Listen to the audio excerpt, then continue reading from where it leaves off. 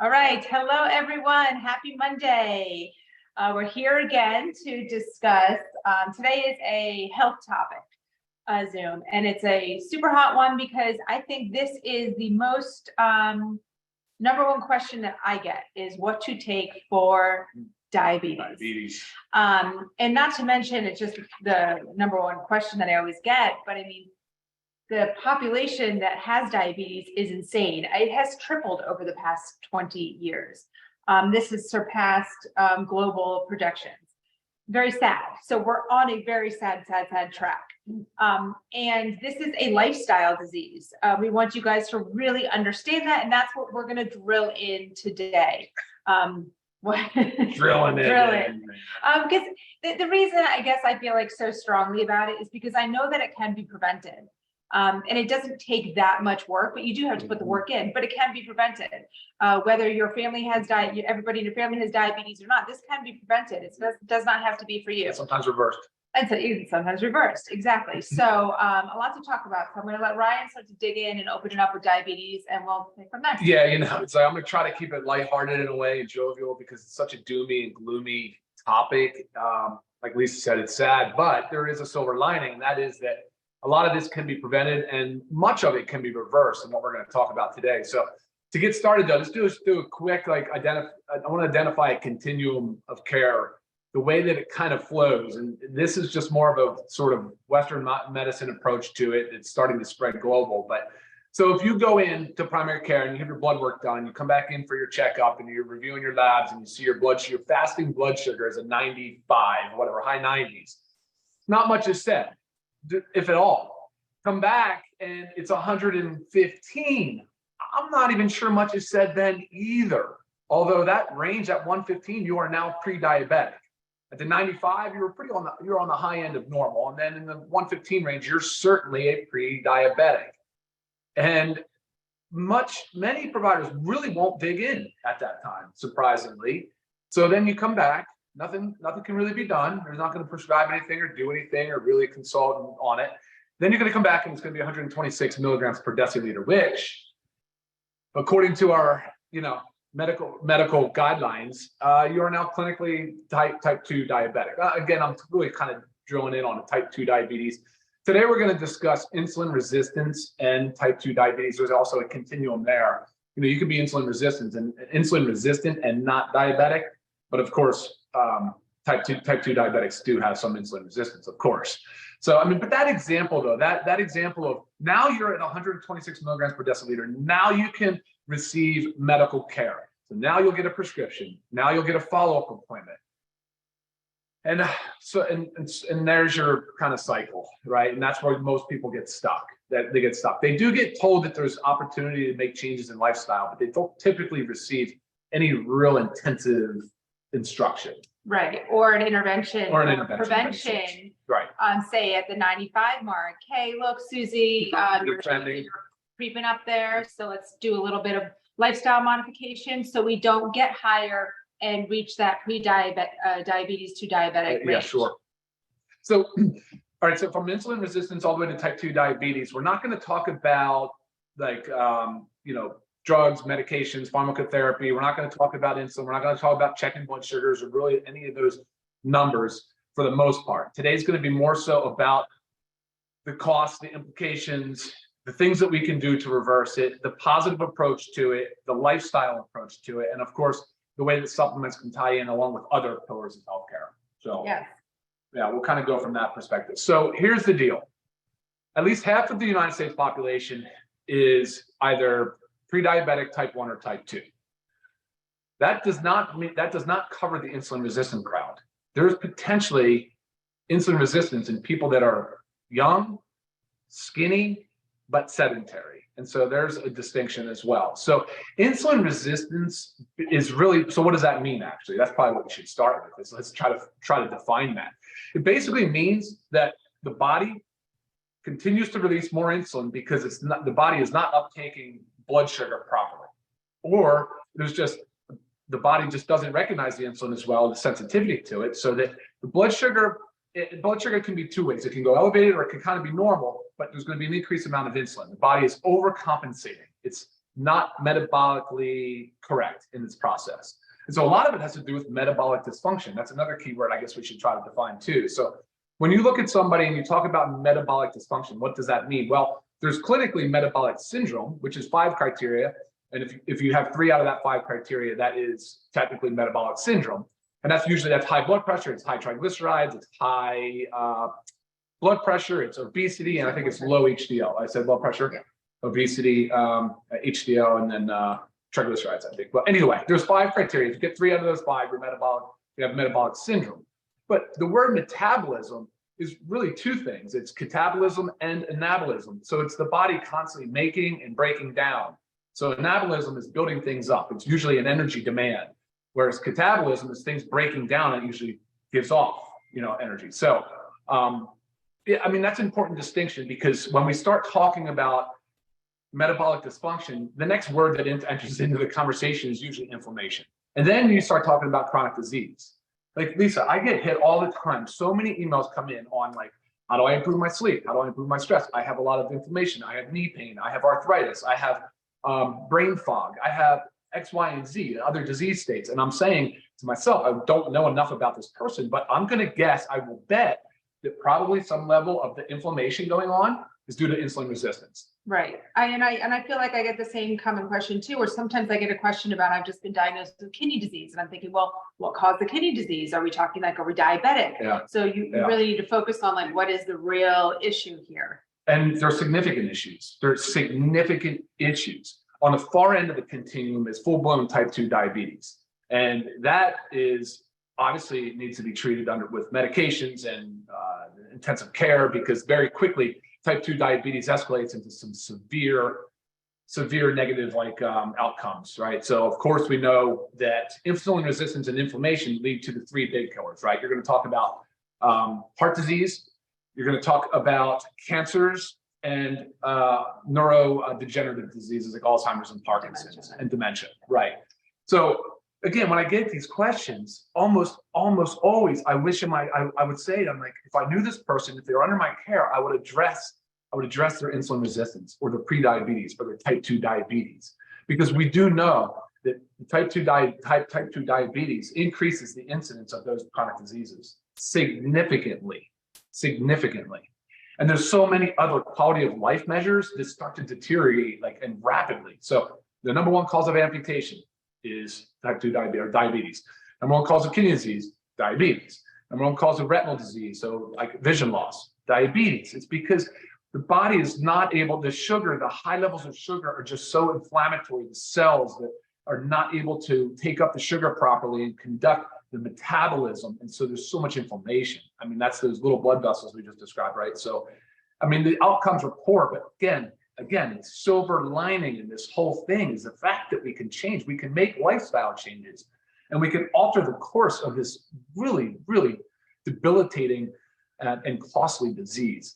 There's so many aspects of our society that you can point to and have issue with, but diabetes is one we have to address. The curve is still climbing on an exponential curve. We are spending unsustainably on it. People are unhealthy. They're losing their mobility, their loss of productivity. There's so many things that need to be addressed, and they can be addressed, but most of it's lifestyle. Right. Okay. So speaking about lifestyle, there's a lot of things that encompass that one word. So let's start with our supplements, which is part of lifestyle modifications, lifestyle. Sure. Let's do it. All right. So the way I kind of approach it, you'll never see us have a diabetes support supplement, only because that buys more into the reactive sick care model. It's not so much of a preventive or a root cause identification model. It's not educational in any way. I'm not trying to help you lower your blood sugar, so to speak. I'm trying to help you understand the course of your chronic disease and how to kind of correct the root cause. Does that make sense? Yeah. So a lot of the stuff here has to do with nutrients, minerals, antioxidants, so the phytonutrients that are in plants and fruits and vegetables, as well as muscle protein synthesis, because as we see often in people that are overweight or obese, which that is roughly 3/4 of our population, overweight or obese, and virtually everybody that is overweight or obese has insulin resistance, which, that's a big one. That's virtually everyone. And real quick, before I forget, how do we test for insulin resistance? There's obviously blood sugar fasting sugars, but that's probably not as reliable as an oral glucose tolerance test. So if you guys are out there and you're very concerned, if you're overweight, you're obese, or even if not, if you're at your provider and you want to know, you want to identify, oral glucose tolerance test is the way to go. Is that similar to like what I did when I was pregnant? That's the glucose load. Yeah, Okay. they give you a glucose You get to test. drink a nice, disgusting sweet drink. Yeah, exactly. And then they mount it to you every 30 minutes, I think, over 2 hours for your Right. insulin and your glucose levels, and then they can see how those two match up. But our approach to this was saying that, look, we know fat cells. Okay, how about this? We know that muscle cells are the biggest user of blood sugar, right? So it's better than fat, So, and with that said, lean muscle mass is probably the best, most effective way to start to correct blood sugar imbalances and insulin resistance. Right. So making sense out of that, it's more the more muscle that you have on your body, the better it's able to use the sugars in your blood. For the most part, I mean, simplified. Layman's terms. Yep. Yeah. So that way it's clearing from our blood. It doesn't have that chance to get into this high blood sugar level. Yeah, I guess that's a way to look at it. Sure. And we have so vitamins, nutrients, they're involved in enzymatic reactions and chemical reactions in the body. And we just talked about how what say metabolic dysfunction is. And again, that word metabolism comes into play. Well, those are all biochemical reactions. When you think of like magnesium, to my mind, it immediately goes, there's like 300 biochemical reactions in the body that utilize magnesium. We know vitamin D plays a lot of role. In the multivitamin, you have the B complex as well as other nutrients and minerals. And so factor 4, you have an anti-inflammatory support system, right, with the ingredients in there. And then you add in the muscle protein synthesis stuff. You have the amino acids, the protein. And then I said phytonutrients. So the reds and the greens, packed, loaded, full with phytonutrients and antioxidants. And antioxidants, I don't know how many antioxidants there are, but there's a lot. There's a lot. So the more broad range of antioxidants you can get, the better. And that was the concept with using some of these like superfoods, high nutrient density, right? Not as common foods, not things that you won't find broccoli or cauliflower in here. But that's the concept, right? Is to help. Because again, in that inflammatory process, the body's generating a lot of free radicals. And so you want the antioxidant as to combat all of that free radical damage that can be done. Right. Yeah. And basically what we have here, we've just pulled out our Ultimate Wellness Pack. Okay. And because again, ultimate wellness, like that's the goal here. It's metabolic homeostasis. Like you've got to be consuming all this stuff so your body is getting what it needs and it can thrive, it can work for you. Being deficient in just one vitamin or mineral can cause a whole slew of issues within your body. So you've got to think about that. It's not hand picking, well, which one do I need for my diabetes? Guys, this is all whole health. You're changing your lifestyle here, right? We are preventing this or we are trying to reverse this. You need this stuff. In addition to supplements, right? There are other things. We can even since we're just talking about nutrition, we can just go straight into the diet side of it. Okay, sure. It's what you eat, how much you eat, and when you eat. Okay. These all play a big role in managing. I was going to say managing diabetes, not that. Preventing illness, but managing that homeostasis that we want, managing a balanced blood sugar. Eating a proper diet, it helps you lower your blood glucose, your blood pressure, increases your blood flow. It helps you maintain a healthy weight. It helps you put on muscle mass, helps you sleep better. I mean, there's so many things that a good nutrition can do for you. I was actually just reading this study that was talking about our timing of eating. And I know a lot of times we talk about, time restricted eating, right? Intermittent fasting. A lot of people, there are all different kinds out there, but a most common one is the 16-8, right? Where you're fasting 16 hours and eating for 8. And it's very common for us that we will, for the majority, that we fast throughout the day kind of till we hit our 16 hours. So maybe it's like noon or 1 o'clock, 2 o'clock. And then we have our eating window. But this study was showing that that we actually do better. Our glucose tolerance is greater in the morning. So think about if you just flip-flop that 16-8. Say we woke up and within an hour that we ate our breakfast. And then we ate for 8 hours. And then we did our 16-hour fast. After reading this, I just kind of thought like how that can really benefit blood sugar. So if you are one of those that does do intermittent fasting, try to see, and you do it in the later half of the day, see if you can flip-flop it. And if you don't do intermittent fasting, try to incorporate it into your lifestyle. That will definitely help. Another tip with diet is we know about food combinations, right? Don't eat fruit by itself. Don't eat carbohydrates by itself, because that causes a spike in blood sugar. And we want to work on a balance. I always talk about like peaks and valleys versus, rolling hills. We want rolling hills. So say you have your berries with some yogurt. You have the fat and the protein. That's going to help balance and stabilize that blood sugar. Same thing goes, what's another example? Toast. If you want a piece of toast, put some avocado on there, right? You have your avocado toast. That's going to help balance your blood sugar. So little tips there. You'll eat sometimes differently in a state of health or a state of disease, right? Like if you have a full-blown type 2 diabetes, you're really trying to make corrective action. You probably, even though some fruits, and we're talking about natural sugars now, some fruits are lower than others. There's still a time where you like, if you're really trying to kick and get out of diabetes, you really need to definitely avoid added sugars. Right. 100%. Like no sugar added. No fried foods.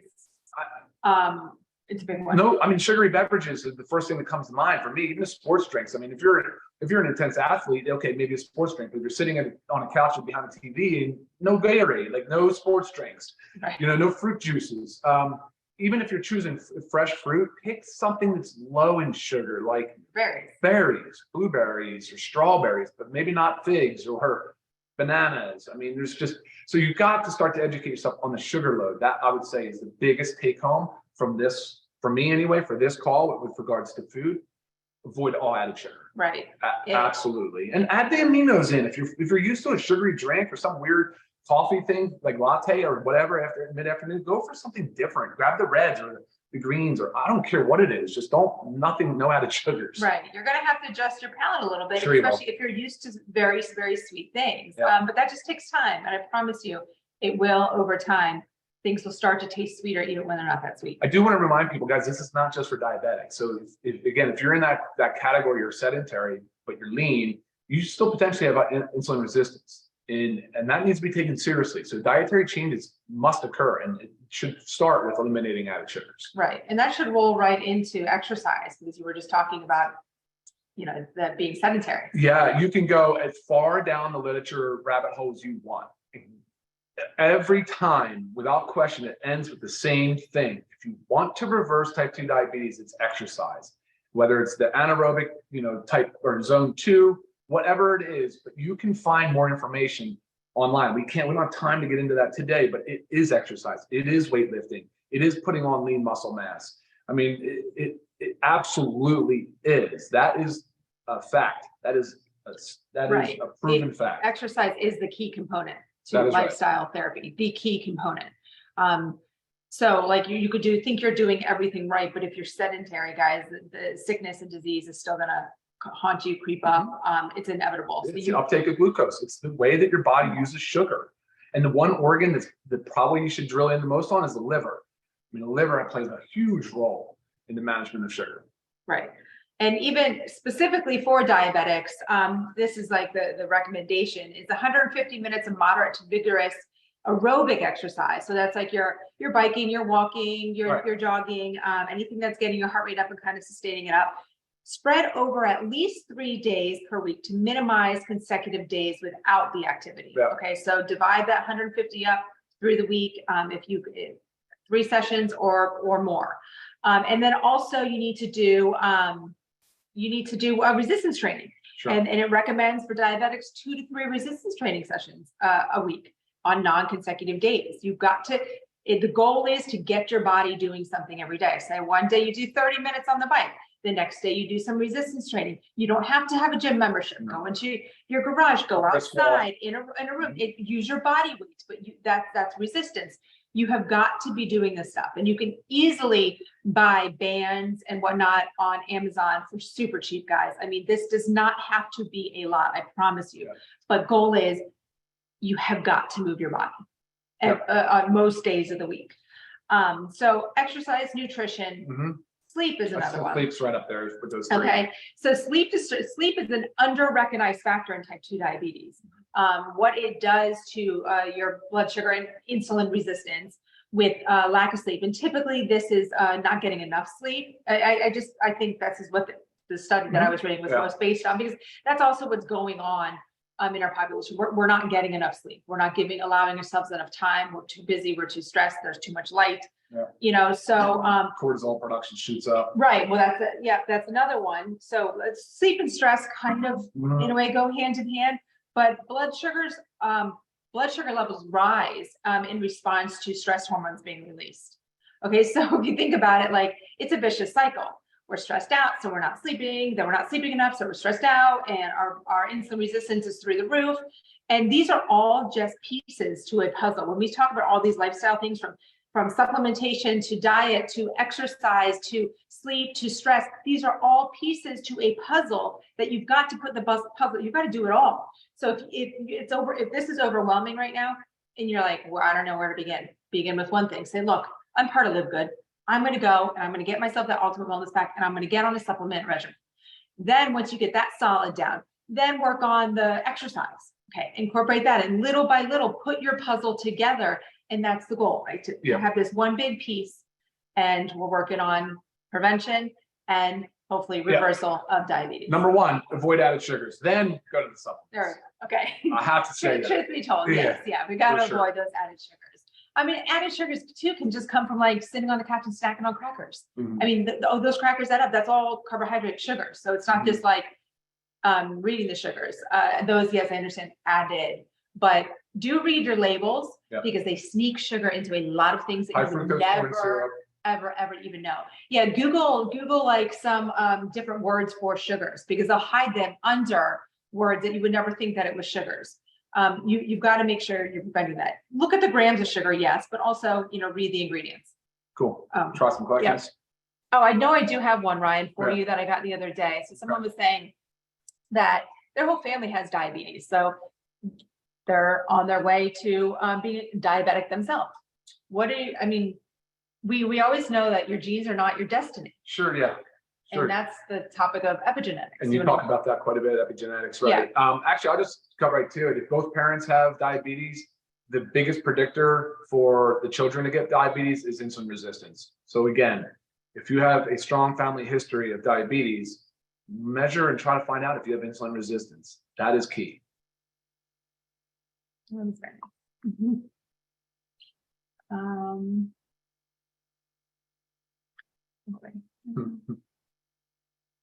Oh, nice. 13 miles on a stationary bike. You go, Pam. Tear it up. Love it. But that's such a great thing. So like, okay, look, you have a 20 to 30 minute Zoom you're about to watch. Right. Get on a bike, walk, put it in your, headbuds in your ear and go for a walk outside.